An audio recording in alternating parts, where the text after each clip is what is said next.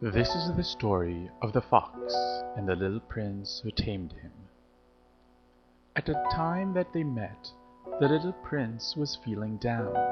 You see, he had a flower back home who told him that she was the only one of her kind in the whole universe, his own special rose.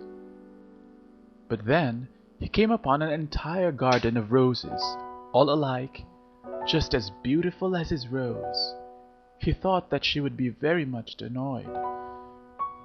She was quite vain, you see, and she would pretend that she was dying to avoid being laughed at.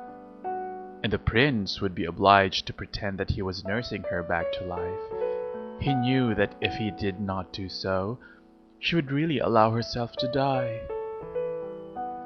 The little prince no longer felt special, for instead of having a unique flower, all he had was just a common rose. And he lay down in the grass and cried. It was then that he heard a voice. "Good morning." "Well, good morning," the little prince responded politely, although when he turned around he saw nothing. "I am right here," the voice said, "under the apple tree." "Who are you?" asked the little prince. "You are very pretty to look at." "I am a fox," the fox said. "Come and play with me," proposed the little prince. "I am so unhappy." "I cannot play with you," the fox said. "I am not tamed." But the prince did not understand the concept of taming. So the fox went on to explain that taming means to establish ties. He said, "To me, you are still nothing more than a little boy who is just like 100,000 other little boys. And I have no need of you, and you, on your part, have no need of me. To you I am nothing more than a fox, like 100,000 other foxes. But if you tame me, then we shall need each other. To me, you will be unique in all the world. To you, I shall be unique in all the universe." You see, the fox's life was very monotonous. He hunts chickens, men hunt him. All the chickens are just alike, and all the men are just alike. And in consequence, the fox was a little bored. He knew that if the little prince tamed him, it will be as if the sun came to shine upon his life. He shall know the sound of a step that will be different from all the others. Other steps send him hurrying back underneath the ground. The little prince's steps will call the fox like music out of his burrow. The fox said, "Look at the grain fields. I do not eat bread. Wheat is of no use to me. The wheat fields have nothing to say to me, and that is sad. But you have hair that is the color of gold. Think how beautiful that will be when you have tamed me. The grain, which is also golden, will bring me back the thought of you, and I shall love to listen to the wind in the wheat." The fox gazed at the little prince for a long time. "Please, tame me." Although the prince really wanted to tame the fox, he felt that he did not have much time.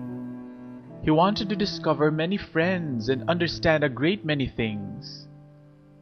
But the fox said, "One only understands the things that one tames."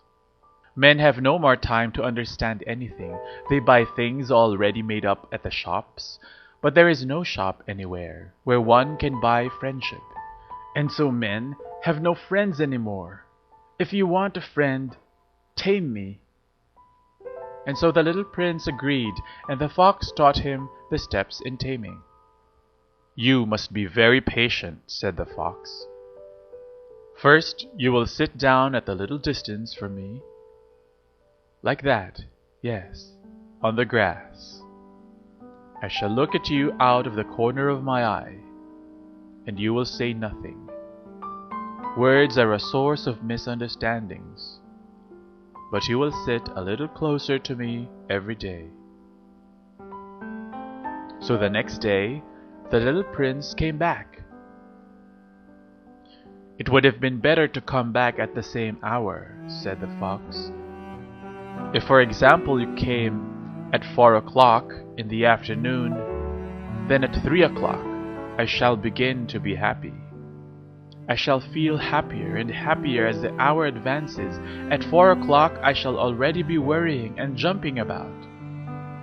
I shall show you how happy I am, but if you come at just at any time, I shall never know at what hour my heart is to be ready to greet you. One must observe the proper rites." The fox explained that rites are what make one day different from other days, 1 hour from other hours. There is a rite, for example, among the hunters. Every Thursday they dance with the village girls, so Thursday is a wonderful day for me. I can take a walk as far as the vineyards, but if the hunters danced at just any time, every day would be like every other day, and I should never have any vacation at all. So the little prince tamed the fox, and the hour of his departure drew near. So the fox said, "I shall cry now." "It is your own fault," said the little prince. "I never wished you any sort of harm, but you wanted me to tame you." "Yes, that is so." "But now you are going to cry, and it has done you no good at all." "It has done me good, because of the color of the wheat fields. Go and look again at the roses. You will understand now that your rose is unique in all the universe. Then come back to say goodbye to me, and I will tell you a secret." So the little prince went back to the rose garden and realized that all of those roses weren't like his own special flower, for they have not been tamed, and they have tamed no one. He said to them, "You are like my fox when I first knew him. He was only a fox like 100,000 other foxes, but I have made him my friend, and now he is unique in all the world. My rose is more important than all the hundreds of other roses, because it is she that I have watered, because it is she that I have put under the glass globe, because it is for her that I have killed the caterpillars, except the 2 or 3 that we saved to become butterflies, because it is she that I have listened to when she grumbled or boasted, or even sometimes when she said nothing, because she is my rose, and she has tamed me." And so he went back to meet the fox. "Goodbye." "Goodbye," said the fox. "And now here is my secret, a very simple secret. It is only with the heart that one can see properly. What is essential is invisible to the eye. It is the time you have wasted for your rose that makes your rose so important. You must not forget. You become responsible forever for what you have tamed. You are responsible for your rose." And without words, the little prince left, knowing he was responsible forever for his fox.